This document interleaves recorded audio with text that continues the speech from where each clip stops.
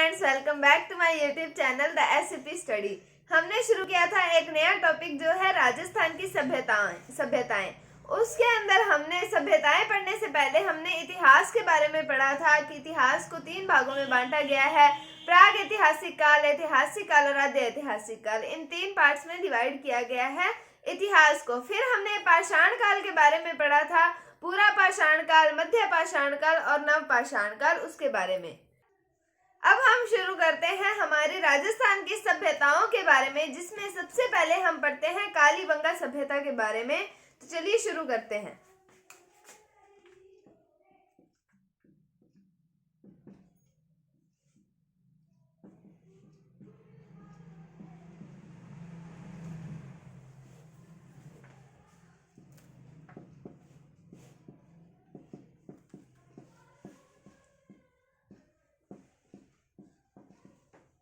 कालीबंगा सभ्यता। तो कालीबंगा का अर्थ हमें पता होना चाहिए कि कालीबंगा का क्या अर्थ होता है। तो ये एक सिंधी भाषा का शब्द है जिसका मतलब होता है काले रंग की चूड़ियां। तो कालीबंगा का अर्थ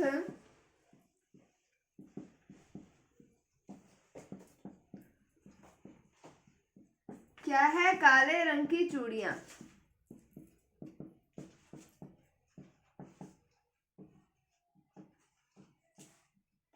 अब हमें इसकी वर्तमान स्थिति का पता करना है कि ये वर्तमान कहाँ पर स्थित है।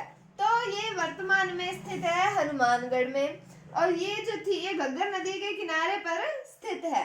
तो इसकी वर्तमान स्थिति के बारे में अगर हम लिखें तो वर्तमान स्थिति है इसकी हनुमानगढ़, और हनुमानगढ़ में भी घग्गर नदी के किनारे।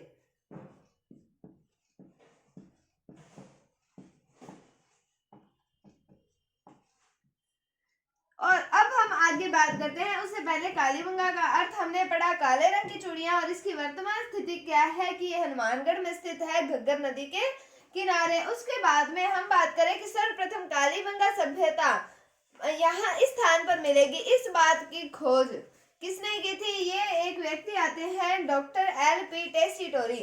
उन्होंने इस बात के संकेत दिए थे कि कालीबंगा सभ्यता भी इस तरीके की भी कोई सभ्यता हमें प्राप्त होगी। तो हम बात करते हैं कि सर्वप्रथम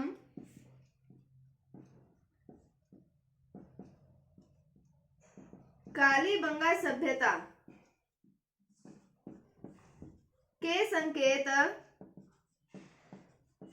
डॉक्टर एल.पी. टेसीटोरी ने दिए थे।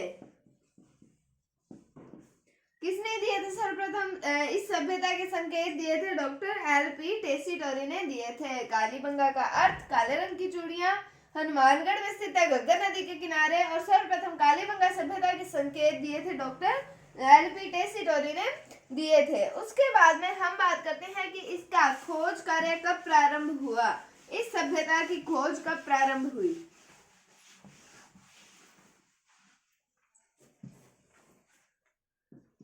तो खोज कार्य सर्वप्रथम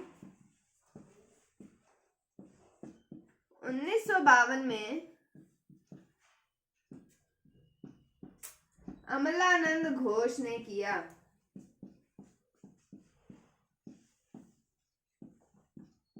तो खोज कार्य सर्वप्रथम 1952 ईस्वी में अमलानंद घोष ने किया था, और संकेत किसने दिए थे? संकेत दिए थे एल.पी. टेसीटोरी ने। एल.पी. टेसीटोरी ने संकेत दिए थे, और सर्वप्रथम खोज का कार्य किसके द्वारा किया गया था?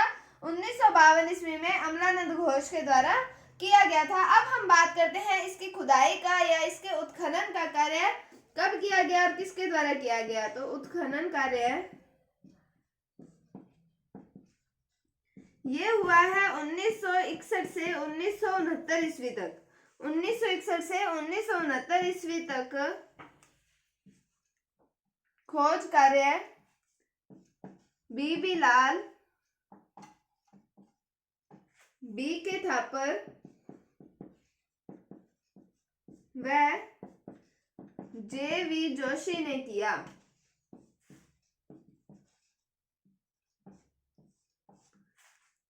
तो खोज कार्य सर्वप्रथम 1952 ईस्वी में अमलानंद घोष ने किया था और उत्खनन कार्य की हम बात करें तो 1961 से 1969 ईस्वी तक बीबी लाल, बी के थापर और जे.वी. जोशी ने किया था। अब हम बात करते हैं कि इसको हम याद कैसे करें। तो इसको याद आप इस तरीके से कर सकते हैं कि एक व्यक्ति है जिसने खाली अमल, क्या खाली अमल, उससे बन गया अमलानंद घोष। उसके बाद में वो गया अपनी बीबी के पास में, बीबी मतलब पंजाबी में बीबी दादी को बोलते होते हैं, तो अपनी बीबी के पास में गया और उन्होंने इसको मार दी थप्पड़। थप्पड़ मारने के बाद वो हो गया लाल और उसमें आ गया जोश। तो इससे हम अमलानंद घोष, बीबी लाल और बी के थापर और जे.वी. जोशी याद कर सकते हैं। तो खोज कार्य अमलानंद घोष, उत्खनन कार्य बीबी लाल, बी के थापर और जे.वी. जोशी ने किया था। उसके बाद में हम एक इतिहासकार की बात करते हैं जिनका नाम आता है डॉक्टर दशरथ शर्मा।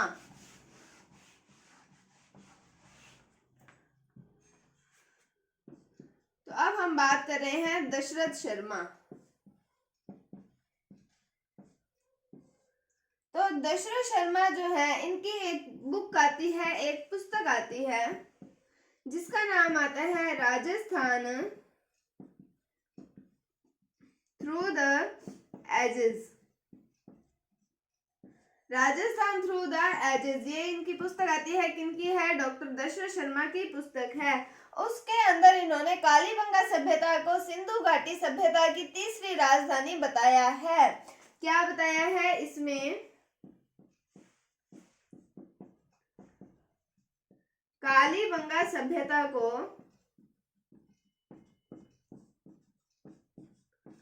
सिंधु घाटी सभ्यता की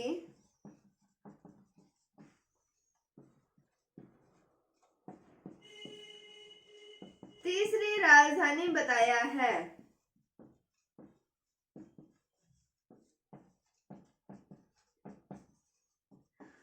तीसरी राजधानी बताया है, पहली होगी हड़प्पा और दूसरी होगी मोहनजोदड़ो और उसके बाद में हम तीसरी पे पहुंचे तो ये होगी कालीबंगा। तो दशरथ शर्मा है, एक जाने माने इतिहासकार हैं। इनकी बुक आती है, इनकी पुस्तक आती है राजस्थान थ्रू द एजेस। इसके अंदर इन्होंने कालीबंगा सभ्यता को सिंधु घाटी सभ्यता की तीसरी राजधानी बताया है। तो ये हमें याद होना चाहिए कि कौन सी राजधानी बताया है, किसने बताया है, कौन सी बुक में बताया है, किसको बताया है। तो ये सब चीजें हमें याद होना चाहिए। ये इंपॉर्टेंट क्वेश्चन बनता है यहाँ से। और यहाँ से हमें ये भी पता चलता है कि ये जो सभ्यता है कालीबंगा सभ्यता, ये सिंधु घाटी सभ्यता की समकालीन सभ्यता है। तो डॉक्टर दशरथ शर्मा बुक आ गई Rajasthan through the ages, Kalibangan सभ्यता को सिंधु घाटी सभ्यता की तीसरी राजधानी बताया है। तो पहली हड़प्पा, दूसरी मोहनजोदड़ो और तीसरी जो होगी कालीबंगा सभ्यता हो गई। और मैंने अब आपको बताया कि सिंधु घाटी सभ्यता की समकालीन सभ्यता थी।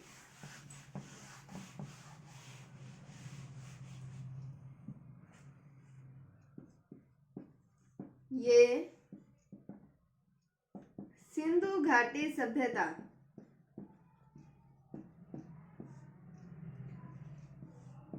की समकालीन सभ्यता थी। अब हम ये भी कह सकते हैं कि ये एक हड़प्पा कालीन सभ्यता थी। तो ये सभ्यता हड़प्पा कालीन है और इस सभ्यता में हमें पूर्व हड़प्पा कालीन और उत्तर हड़प्पा कालीन सभ्यता के अवशेष या हम कह सकते हैं साक्ष्य हमें यहाँ से प्राप्त होते हैं। इस सभ्यता से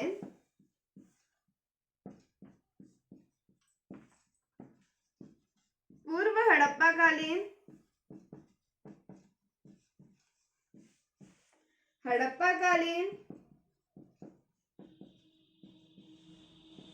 व उत्तर हड़प्पा कालीन सभ्यता के अवशेष प्राप्त होते हैं या साक्ष्य कह सकते हैं हम।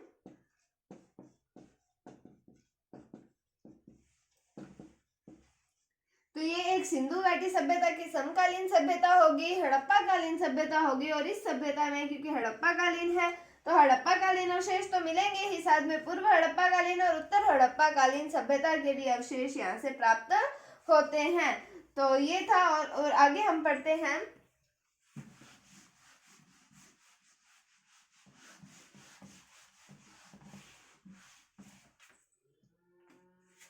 उसके बाद में हम बात करें कि स्वतंत्रता के पश्चात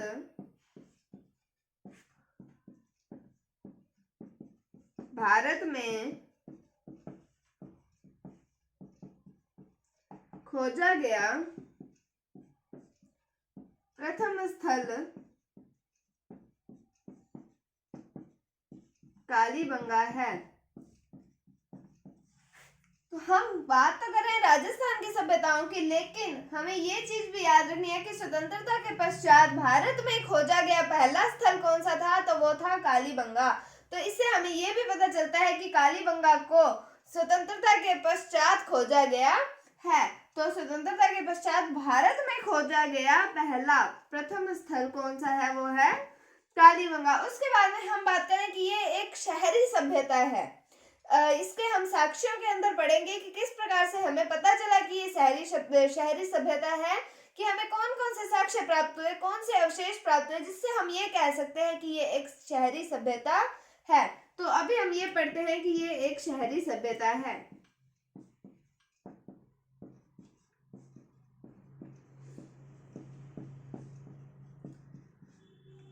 तो स्वतंत्रता के पश्चात भारत में खोजा गया प्रथम स्थल कालीबंगा, ये कौन सी सभ्यता है, ये एक शहरी सभ्यता है। उसके बाद में अब शहर है तो अब इसके अंदर सड़कें भी होंगी, सड़कें हैं, मकान भी होंगे। शहरों में तो मकान भी होते हैं, गाँवों में भी होते हैं हालांकि, पर वो टूटे फूटे होते हैं, ज्यादातर झोपड़ियां टाइप होते थे। मतलब सभ्यताओं की अगर हम बात करें तो यहाँ पर हम मकानों की भी बात करते हैं। सबसे पहले हम बात करते हैं सड़कों की। ये एक सड़क हो गई, और जो दूसरी सड़क, यहाँ पर जो सड़कें होती थी वो एक दूसरे को समकोण पर काटती थी। तो ये समकोण हो गया, ये कोण कितना हो गया, ये हो गया 90 डिग्री। तो यहाँ पर हम ये कह सकते हैं, यहाँ सड़कें एक दूसरे को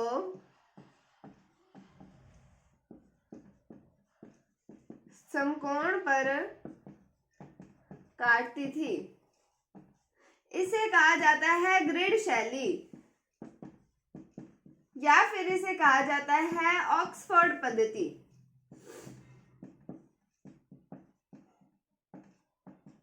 ग्रिड शैली या फिर ऑक्सफोर्ड पद्धति किसको कहा जाता है, कि जहां पर सड़कें एक दूसरे को लंबवत आकार में काटती हैं, लंबवत रूप से काटती हैं, यानी कि 90 डिग्री का कोण बनता है, समकोण बनता है, वो होती है ग्रिड शैली या फिर ऑक्सफोर्ड पद्धति। तो ये कहाँ पर पाई गई थी, ये पाई गई थी कालीबंगा सभ्यता में। उसके बाद में मैंने कहा अब यहाँ पर मकान भी होंगे, तो अब हम यहाँ मकान बना देते हैं। अब जैसे ही मकान हो गए कि सड़क के एक तरफ मकान है और सड़क के दूसरी तरफ भी मकान है, तो अब मकानों के अंदर वैसे तो दरवाजा खुलना चाहिए सड़क पर, लेकिन यहाँ पर दरवाजा सड़क पर ना खुलकर पीछे की ओर गली में खुलता था। तो मतलब अब दरवाजा खुलेगा यहाँ पर गली में। तो ये पीछे की ओर दरवाजा जो है वो सड़क पर ना खुलकर पीछे की ओर पतली गलियों में खुलता था। तो हम यहाँ पर ये भी लिख सकते हैं मकान। और हमने यहाँ पर ये भी देखा कि मकान बने हुए हैं एक क्रम के अंदर, ऐसे नहीं कि एक बना हुआ है फिर 4 मकान छोड़ के फिर दूसरा मकान बना। यहाँ पर मकान एक क्रम के अंदर बने हुए हैं। तो मकान एक क्रम में बने थे, वह इनका प्रवेश द्वार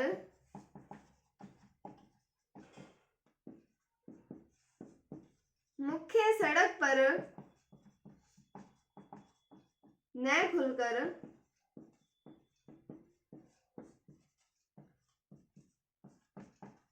पीछे गली में खुलता था। अब हम क्या कह सकते हैं कि यहाँ पीछे गली में क्यों खुलता था, या तो इनको चोर लुटेरों का डर होगा कि अगर मेन रोड पे अगर हमारे घर का प्रवेश द्वार खुला तो यहाँ पर कोई चोरी कर जाएगा, या फिर हर किसी के अपना अपना कोई ना कोई रीजन हो सकता था कि इनका जो प्रवेश द्वार था वो सड़क पर ना खुलकर वो पीछे गली में खुलता था। तो हमने क्या पढ़ा कि यहाँ पर सड़कें जो थी वो एक दूसरे को समकोण पर काटती थी, यानी कि ग्रिड शैली होगी या ऑक्सफोर्ड पद्धति हम इसे कह सकते हैं। फिर हमने मकानों की बात की, ये तो होगी सड़क की बात, और ये होगी मकान। आप इस तरीके से डायग्राम भी बना लीजिए अपने नोट्स में, जिसमें आपको आप जब उसको रिवाइज करें तब आपको कोई भी तकलीफ ना हो, आप इसको आराम से आपको याद आ जाए जो सारा कुछ मैंने आपको बताया है। तो यहाँ पर जो मकान है वो एक क्रम में बने हुए थे और इनका प्रवेश द्वार जो था वो सड़क पर ना खुलकर वो पीछे की गली में खुलता था। तो ये था कालीबंगा सभ्यता के बारे में। कल हम इसी सभ्यता के बारे में और भी पढ़ेंगे। उम्मीद है आपको टॉपिक समझ आया होगा। अगर आपको वीडियो थोड़ी सी भी अच्छी लगी है तो इसे लाइक कीजिए, शेयर कीजिए और चैनल पर नए हैं तो इसे सब्सक्राइब जरूर कीजिए। Thank you, thanks for watching, bye bye.